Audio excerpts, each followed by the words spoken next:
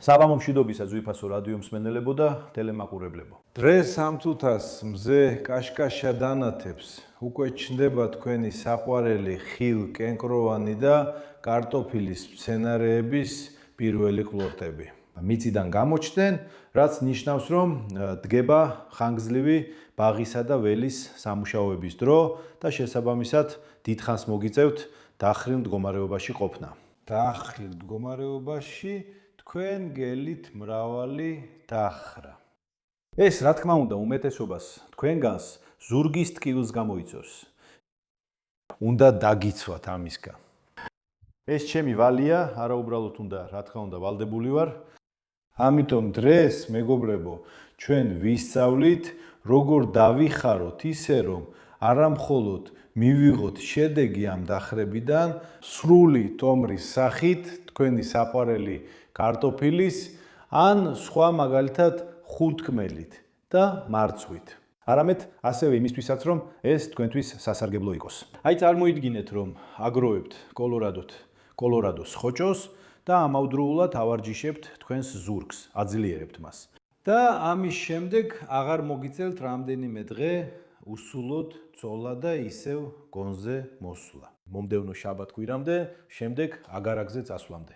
სასურველი აგარაკს უბრალოდ შაშლიკზე წასვლაც შეიძლება, რა თქმა უნდა, მაგრამ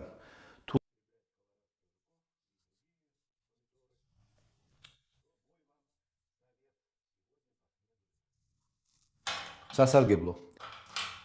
მაშინ ასე, ნახეთ დახრის დროს, ესე იგი ეს გამოდგება მათთვისაც, ვინც ფიზიკური დატვირთვის, დახრების ან სიარულის შემდეგ გრძნობს ტკივილს ზურგში წელის არეში. შეიძლება იყოს წელის არეში, შეიძლება იყოს გუნკერდის ხერხემლის ნაწილში, თეძოს სახსრების არეში, მენჯის არეში, სადმე ტკივილი გადადის ფეხებში, ან ფეხებში დაბუჟებაა. ყველაფერი თქვენთვისაა, ყურადღებით მოусმინეთ. ნახეთ, თუ დახრის დროს თეძოს სახსრების არეში მოძრაობა საკმაოდ კარგია, მაშინ ასე იხრებით. აი ამ ვერტიკალურ მდგომარეობაში, სადაც ემზადებით, დიახ, უკვე იწყებთ თქვენსას. ეს ასევე ვის გამოადგება? სოკოს მაძიებლებს. აი ისინიც, ხედავთ, სოკოს მაძიებლები ასე დადიან ტყეში, აი ესე მიდიან. სოკოსკენაც უკვე მიიჩქარიან. აი მათთვისაც სასარგებლო იქნება. აი სოკოს მაძიებელი, მერე ჰოპ, წამოდგა სოკოს შეჭამა, შემდეგ კაკალი მიაწოდა ხელი აიღო. შემდეგ ნახეთ, თუ მოძრაობა გვაქვს, მაშინ თეძოს სახსარში დახრისა და მოძრაობისას, შემდეგ აი ის ხედავთ სოკოსებრი. ასე ესეთ მეტ მოძრაობებს აკეთებს, ხერხემალიც მას ერგება, ხედავთ რა არის იქ. მელას სოკო თუ თაფლა სოკო. ყველაფერი კარგად იქნება. მაგრამ თუ ეს მოძრაობა საკმარისად არ ხდება, მაშინ მოგვიწევს სწორედ ხერხემლით მოხრა. და ეს მრავალრიცხოვანი მოხრები და გაშლები და დახრილ მდგომარეობაში მოძრაობები შემდეგ იწვევს ხერხემლის დაზიანებას, სახსრების გადატვირთვას, მალთაშუა დისკების გადატვირთვას. რა უნდა გავაკეთოთ? ნახეთ, ჩვენი მეცნიერები ხო არ ჩერდებიან. ისინი ყოველ ჯერზე ახალ აღმოჩენებს აკეთებენ. აი ეს არის ჩვენი მენჯი. აი მენჯ-ბარძაკის სახსარი, აი ბარძაკის ძვალი. ეს არის მუხლის სახსარი, ეს არის წვივის ძვლები, დიდი წვივის ძვალი, პატარა წვივის ძვალი და ტერფი აქ არის. და თუ ადამიანი დახრისას ძირითადად წელისა და ზურგის მოძრაობას იყენებს, აი ის დაიხარა და უყურებს. ხო, ეს არის ბუზანკალა. თუ მაინც შხამიანი სოკო, თუ თეთრი სოკო და წყვეც რო გასინჯოს. აი აიღო ის. აი აიღო. ჰოპ, აი ასე და სინჯოს. აი ასე ის გემრიელად მიირთმევს. ზოგი სოკო შეიძლება მხოლოდ ერთხელ შეჭამო. ეს ერთ-ერთია მათგან. აი ახლა ამ სოკოს შეჭამს. აი ეს. მას ამის შემდეგ ზურგი ეთკინება, რადგან მთელი დახრა მან წელის კუნთების ხარჯზე გააკეთა. აი წელის კუნთებმა მისცეს მას საშუალება მოსავალი აეღო. აი ესე. ხოლო დუნდულას კუნთი ამ დროს ის განსაკუთრებით არ დაძაბულა. პირველი ვარიანტი. არ არის ოპტიმალური. მეორე ვარიანტი. სხვა სოკოს მაძიებელი. მან რა გააკეთა? აი და აი თეძოს სახსარი. ან არ არის სოკოს მაძიებელი, ან თქვათ მთხრელი, აგარაკის ფლობელი. აი. მან მოძრაობა შეასრულა. მენჯ ბარძაყის სახსრით. აი ეს. ხობა. ხედავთ? ოპა, აი ასე. და აქ მას კუნთები არ გაწელილა, პირიქით ტონუსში იყო თითქოს, აი ასე.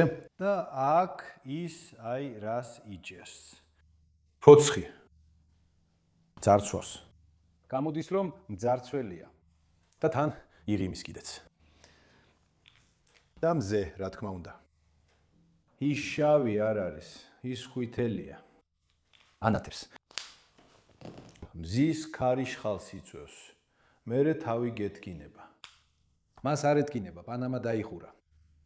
მზის ქარიშხალი ის დიდ დუნდულა კუნთს ეყრდნობა. აქ კიდევ ბარძაყის გამშლელია. ხოლო წელის არე საშუალებას აძლევს მას ეს ყველა მოძრაობა სიამოვნებით ტკივილის გარეშე შეასრულოს. აი ეს კი მერე 2 დღე იტანჯება. იზელს ზურგს მალამოებით, სვამს ტაბლეტებს და ტკივილისგან კვდება. აი ეს კი სიამოვნებით მიდის ორშაბათ სამსახურში, ყვება როგორ იპოვა ბაბოჩკა კორობოჩკა. მოკლედ მეგობრებო, უკვე ვნახე, ამასაც ყვებოდი. როგორ გავაკეთოთ ასე? კარგი იქნებოდა, ხო ასეა, თუ ყველაფერი გასაგებია. მაგრამ მოძრაობის უნარი ყველას არ მისცემს საშუალებას ასე გააკეთოს. მაგრამ თითოეულ ჩვენგან შეუძლია გამოიყენოს დუნდულას კუნთი დახრილობისას. ამისთვის არის პირველი ვარჯიში დიდი დუნდულას კუნთის გააქტიურება. და პერიოდულად ეს ვარჯიში შეჭიროა შეასრულოთ, გააკეთოთ. ნახეთ. ჯდებით სკამზე, რომელიც ყველაზე ახლოსაა. პოულობთ სკამს. ან თუნდაც რაიმე ტაბურეთი. ესე. ამ რეზინის ლენტას ასე ვამაგრებთ მუხლებზე. აი ხედავთ. ფეხებს ფართოდ ვაშლით, რამდენადაც რეზინის ლენტი საშუალებას გაძლევთ. ისე რომ ძალიან ძლიერი დაჭიმულობა არ იყოს. აი დავჯექით. ვეყრდნობით სკამს. ვრთავთ ტელევიზორს. და დავიწყოთ. აი ესეთ მოძრაობას ვაკეთებთ. ანუ ამ გზით ვააქტიურებთ დუნდულას კუნთს. ანუ როგორ ვააქტიურებთ? ვტვირთავთ, რომ ოდნავ დაიძაბოს. როცა მუხლი გვერდზე მოძრაობს, ავტომატურად დუნდულას დიდი და საშუალო კუნთები იცრებენ დაძაბვას. სუდია, უпроსტად, ძალიან მარტივია. ფეხები უფრო ფართოდ დააყენეთ, უფრო მაგარი რეზინი აიღეთ, 2 რეზინი გაიკეთეთ აქ და ახლა ეს მოძრაობები გააკეთეთ. ანუ თქვენი ფეხი უნდა დაიმახსოვროს ეს მოძრაობა. ფეხმა და დუნდულას კუნთმა ისევ ერთად უნდა იმუშაონ. დუნდულას კუნთმა უნდა გაიგოს, რომ შემდეგ ეტაპზე შეუძლია ფეხი ამოძრაოს. ნახეთ, რას ვაკეთებთ. შემდეგ ეტაპზე უკვე ასე ვდგავართ. ასე ვისწორებთ შარვალს. აი ასე. და ეხლა ჩვენ თქვენთან ერთად გავაკეთეთ ეს მოძრაობა გვერდზე, ხედავთ?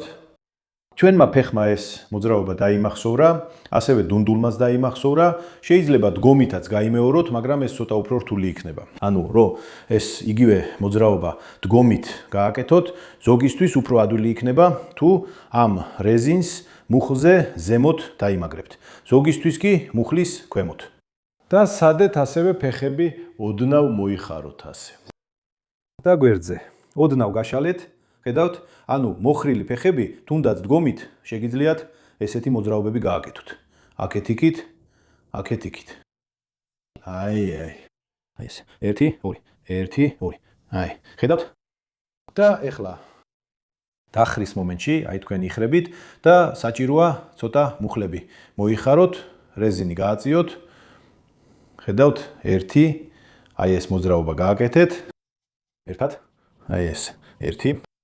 ჩემთან ერთად. ვიმეორებ. ეხლა ვიწყებთ წინ დადახრას, გადავიხარეთ წინ, მაგრამ ისევ ვიჭერთ ამ რეზინს. აი ასე.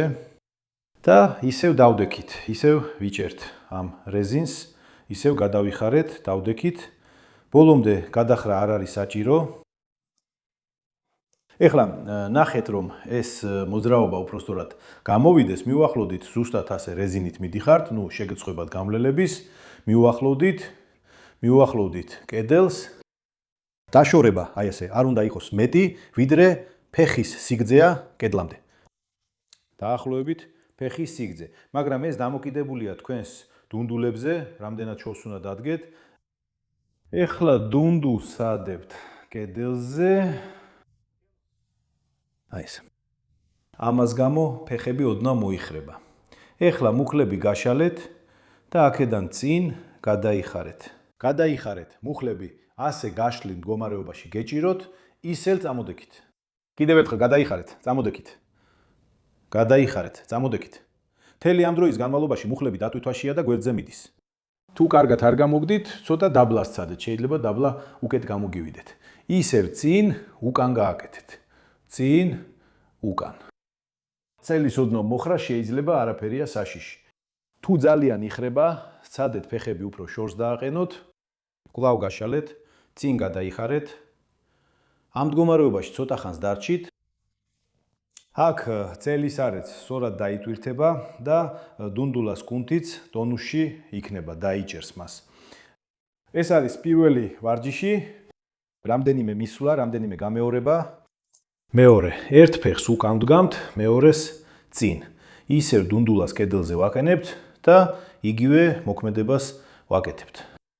ხოლო ახლა იგივე მოძრაობას მუხლები გააკეთებენ. ეხლა ერთი ფეხი წინ იქნება, მეორე უკან.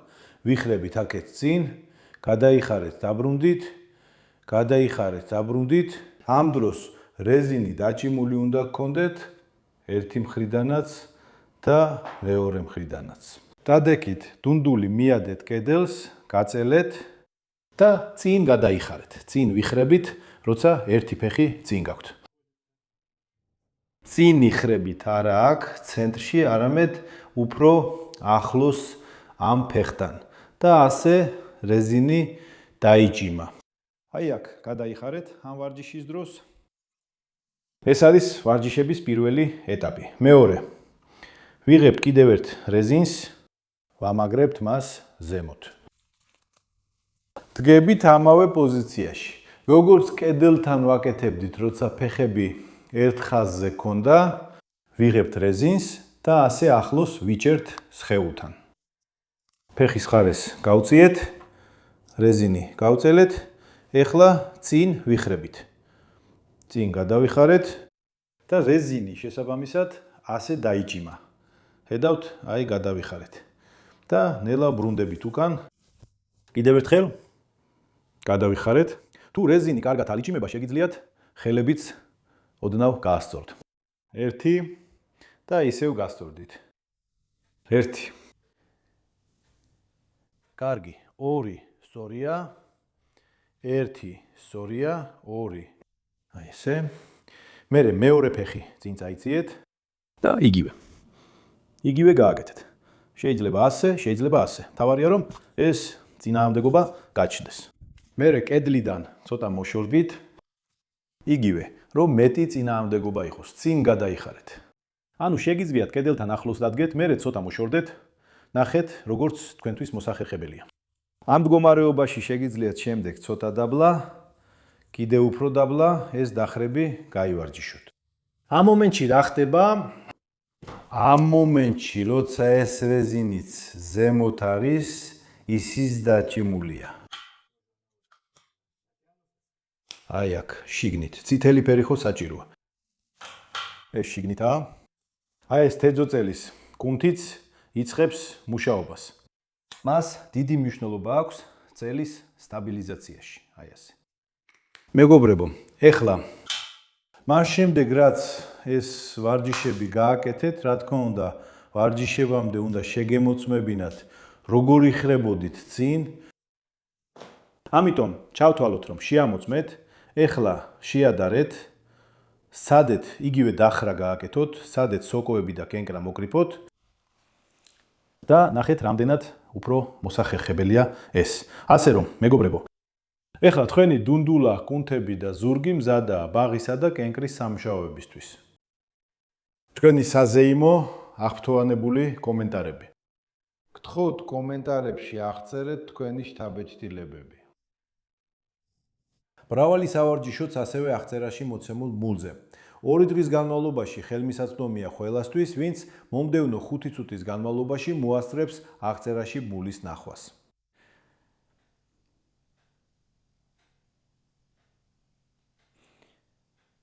ახალ გადაცემებამდე